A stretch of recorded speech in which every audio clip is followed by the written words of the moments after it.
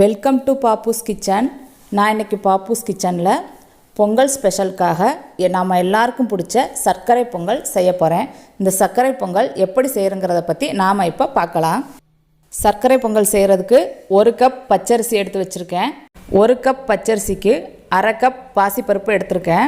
நாம் எந்த கப்பில் மெஷர்மெண்ட் அளக்குறோமோ அதே கப்லேயே எல்லாத்தையுமே அளந்து எடுத்துக்கிறோங்க. பொங்கல் நல்லா டேஸ்டியாக இருக்கணும்னா நம்ம பாசிப்பருப்பை லைட்டாக வறுத்து எடுத்துக்கலாம். அதுக்கு ஒரு குக்கர் எடுத்துக்கலாம். அதில் 1 ஸ்பூன் நெய் சேர்த்துட்டு நாம் எடுத்து வச்சுருக்க பாசிப்பருப்பை அதில் சேர்த்துக்கலாம்.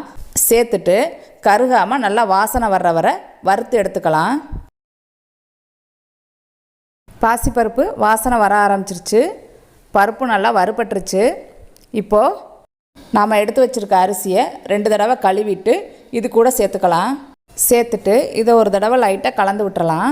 கலந்து விட்ட பின்னாடி தேவையான அளவு தண்ணி சேர்த்துக்கலாம். 1 கப் அரிசி ப்ளஸ் அரை கப் பருப்பு, இது ரெண்டுக்கும் சேர்த்து 5 கப் தண்ணி சேர்த்துக்கணும். அதுக்கு பதிலாக நான் 1 கப் பால் சேர்த்துக்கிறேன். பால் சேர்த்துட்டு 4 கப் தண்ணி சேர்த்துக்கிறேன். தண்ணி சேர்த்த பின்னாடி இதை நல்லா கலக்கி விட்டுறலாம்.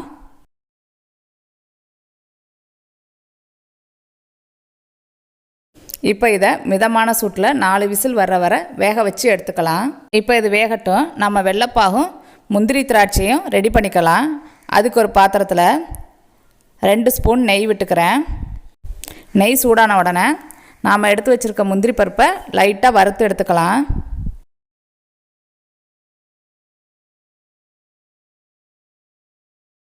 முந்திரி பருப்பு ஓரளவு வறுபட்ட உடனே நாம் எடுத்து வச்சுருக்க திராட்சையும் சேர்த்துக்கலாம். திராட்சை நல்லா புஷ்ஷுன்னு வீங்கி வர்ற அளவு நாம் ஃப்ரை பண்ணி எடுத்துக்கலாம். திராட்சையும் முந்திரி பருப்பும் நல்லா ஃப்ரை ஆயிடுச்சு. இப்போ இதை வேறு ஒரு பிளேட்டுக்கு மாற்றிக்கலாம். இப்போது வெல்லத்தை காய்ச்சி எடுத்துக்கலாம். அதுக்கு நான் 1 கப் அரிசிக்கு 1.5 கப் வெல்லம் எடுத்திருக்கேன். உங்களுக்கு இனிப்பு ஜாஸ்தியாக வேணும் அப்படின்னா 2 கப் வெல்லம் சேர்த்துக்கிறேங்க. நான் 1.5 கப் வெல்லம் சேர்த்துருக்கேன். இப்போ இந்த வெல்லத்தை இதில் சேர்த்துக்கலாம். சேர்த்துட்டு இது கூட அரை கப் தண்ணி சேர்த்துக்கிறேன். தண்ணி சேர்த்துட்டு இந்த வெல்லம் கரையிற அளவுக்கு நம்ம காய்ச்சி எடுத்துக்கலாம். வெல்லம் கரைஞ்சால் மட்டும் போதும், பாகுபதம் வரணும்னு தேவையில்லை. வெல்லம் நல்லா கரைஞ்சிருச்சு. இதோட அடுப்பு ஆஃப் பண்ணிவிட்டு இதில் உள்ள தூசியெல்லாம் போகிறதுக்காக நம்ம வடிகட்டி எடுத்துக்கலாம். குக்கர் ரிலீஸ் ஆயிடுச்சு. இப்போ நம்ம ஓப்பன் பண்ணி பார்க்கலாம்.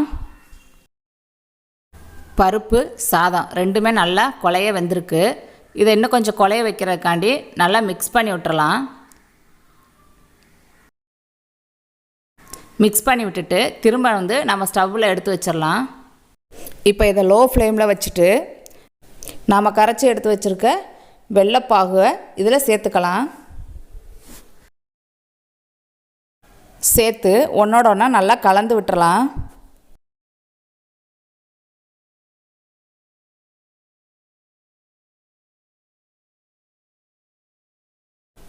நல்லா கலந்து விட்டாச்சு.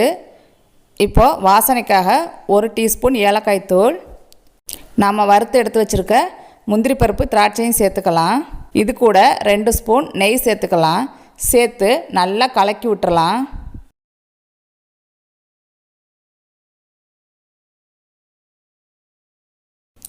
இதோட அடுப்பு ஆஃப் பண்ணிடுங்க. அதுவே ஹீட்டில் நல்லா ட்ரை ஆயிரும். சூப்பரான சர்க்கரை பொங்கல் ரெடி ஆயிடுச்சு. உங்களுக்கு இந்த வீடியோ பிடிச்சிருந்தா பாப்பூஸ் கிச்சனுக்கு லைக் பண்ணுங்கள், கமெண்ட் பண்ணுங்கள். வீடியோ பார்க்குற எல்லோரும் மறந்துடாமல் சப்ஸ்கிரைப் பண்ணுங்கள். Eat healthy, think better.